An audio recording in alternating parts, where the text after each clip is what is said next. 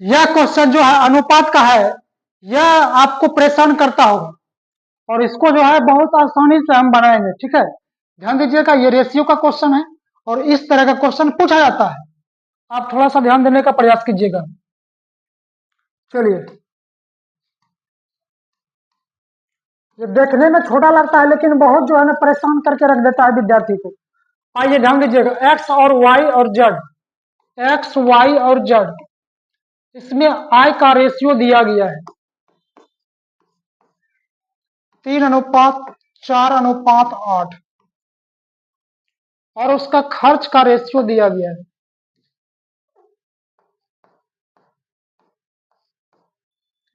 5:4:6।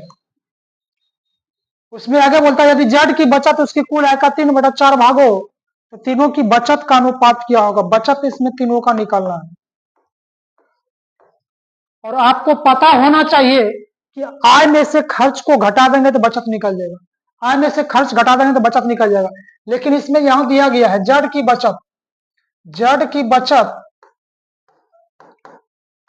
उसकी कुल आय का 3/4, कुल आय बाद में बोला गया है तो बाद में लिखेंगे।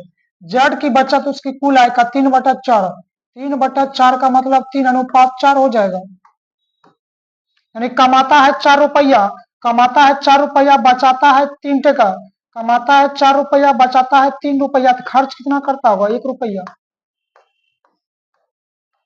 ठीक है, आय में से बचत घटा देंगे तो खर्च, आय में से खर्च घटा देंगे तो बचत। ठीक है, आय में से बचत घटा देंगे तो खर्च निकल जाएगा, या नहीं तो आय में से खर्च घटा देंगे तो बचत निकल जाएगा। ठीक है, आइए ध्यान दीजिएगा, इसमें जो दिया गया है जेड का वैल्यू दिया है तो जेड का वैल्यू को बराबर करना है। चलिए, जेड का वैल्यू को बराबर कीजिए आप लोग, जेड का वैल्यू बराबर कीजिए, जेड का वैल्यू को बराबर करना है। जेड के पास यहाँ 6 है, 6 को इसमें गुना कीजिए। जेड का वैल्यू यहाँ 8 है तो 8 इसमें इससे गुना कीजिए। अब देखिए 8 6 48, 8 6 48, जेड का वैल्यू बराबर हो गया है। अब थोड़ा सा ध्यान दीजिएगा, जेड के पास जो है आय में कितना है 4, इसमें 4 से गुना कीजिए।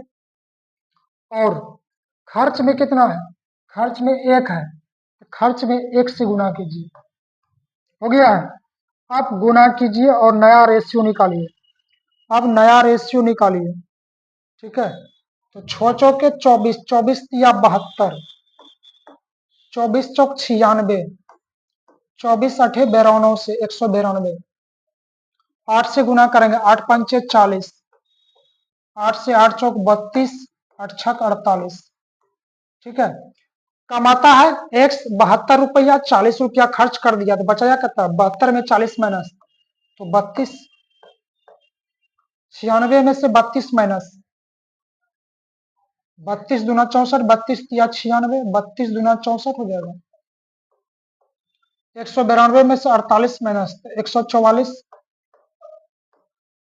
अब कटाइए, ध्यान दीजिएगा, कट रहा है, कट रहा है, कटाइए 32 से 16 से, 16 से कट रहा है, 16 दूना 32, 16 चौकी 64, 16 नमा 44, 2:4:9, 2:4:9।